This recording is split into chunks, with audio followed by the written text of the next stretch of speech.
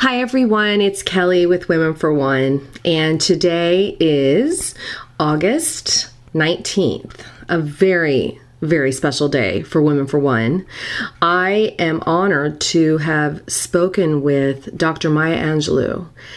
Dr. Maya Angelou, as most everyone in the world knows, is one of the most incredibly powerful women in the history of the world, I believe. And she was one of the main inspirations for me deciding to start this movement because of her authenticity and her power. And I have personally read most everything she's written. I've watched countless shows and biographies on her, and I use her strength. I bring her wisdom into the work at Women for One and into my own family life, truly on a daily basis. So this really was a special day for me, and I think for all women with Women for One that are striving for that authenticity inside themselves, to really hear this beautiful poet speak about what she feels true authenticity is and how we can bring peace to the world. So without further ado, here is Dr. Maya Angelou. Thank you. Hello, good morning.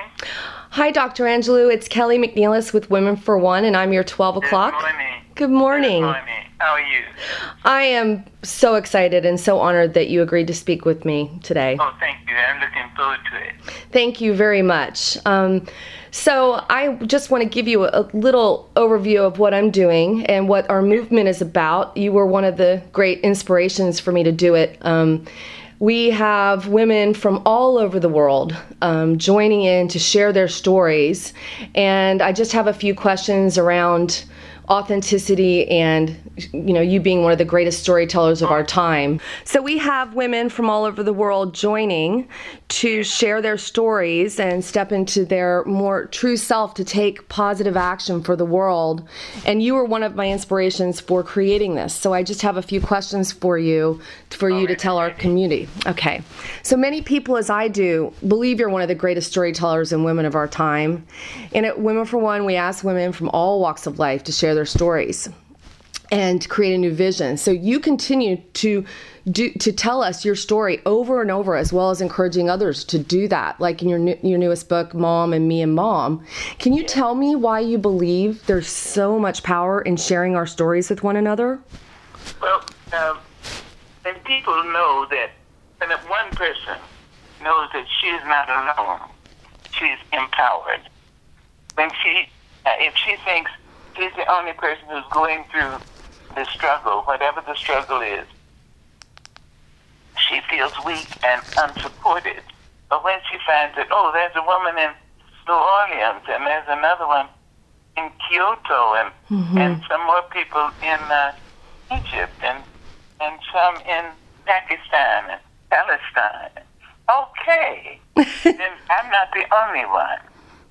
And someone has survived.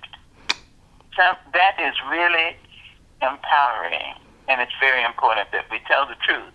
Don't tell everything you know, but do tell the truth. When you say something, make sure it's the truth as you understand it. That's beautiful. And so that is the advice you would give to women that want to share their story and create a new vision. Tell the truth that you know. Don't tell everything you know. You don't want to bore people's socks off. Just make sure what you do say is the truth. That's right. So you're obviously a celebrated poet, a novelist. You've done so many things, a civil rights activist. And the Women for One community has many followers from the Middle East. And I know you've lived in Egypt. And as we know, the crisis is pretty intense in Cairo, and I have several contacts there. So what role do you envision women taking around the world to bring peace? Well, I think that's a wonderful word, bring it. We are told we should make peace. I think we should bring it. I think we should not wait till we get there to make peace. Bring it with you in your heart. Bring the desire for peace. And not only the desire for it, but the willingness to work for it, for peace. Bring it with you everywhere you go.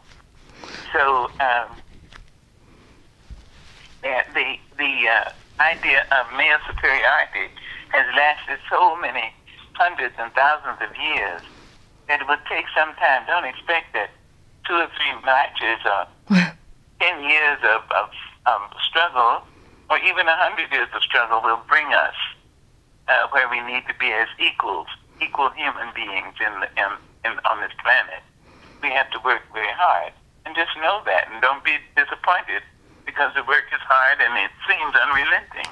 Just look back. There was a time when we couldn't vote. That's right. Or even own property in our own names. We've come so far. Yes, we have, and we have to say so that we're encouraged. And we have a long way to go. And we must say that too. Absolutely. That's wonderful. So your writing and your actions and your life, to me and to many women in the world, embodies the term authenticity. Can you tell me how you would define authenticity? Yeah, just tell the truth. That's all. Just tell the truth. It's very simple. It's not easy, but it is simple. Tell the truth as you understand it, and you know when it's true. Mm-hmm. And don't try to pretend that you have all the answers. Admit that you don't have all the answers. Right. Admit that you are working for the answers, and somebody you talk to may have an answer to give you. Right. Help you get an answer. So that's authentic. To say, I want to be free, and I want to have the courage to love, not sentimentality, not much. I don't mean that, but I want to have the courage to be able to say human beings are more alike than we are unalike. Right. I am a human being. That's beautiful. We all have to be present and be honest. I think that it's important to see that we can tell people how we want to be treated. We show them, but we accept from people is what they will give us. So if they treat us badly and rudely, then and we allow that, then that they will continue to do that and add more to it. So what we have to do is say, no, I won't be treated this way. I will not be. I will not be brutalized. I want to be abused, but I will not be abused. And one of my favorite things that I ever read or heard about you, and I've continued to do this with my children and my family in the house, is, negativity and hateful words don't sit in your walls in your house. No, not in your house. If they go into your wallpaper, and they go into the upholstery, and into your clothes, and finally into you. Right. You wonder, why am I sick? And we've allowed all that vulgarity to have a perch in your house. No. As soon as somebody starts being rude to anybody in my presence, if it's in my house, I say, excuse me, is this your purse? Is this your jacket? Thank you so much. And I walk them to the door.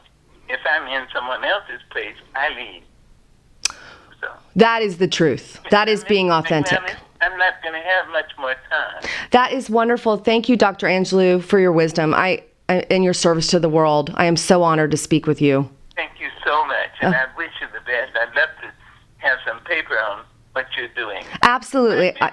I will send it over. Thank you so much. Thank you, ma'am. Bye-bye. Bye.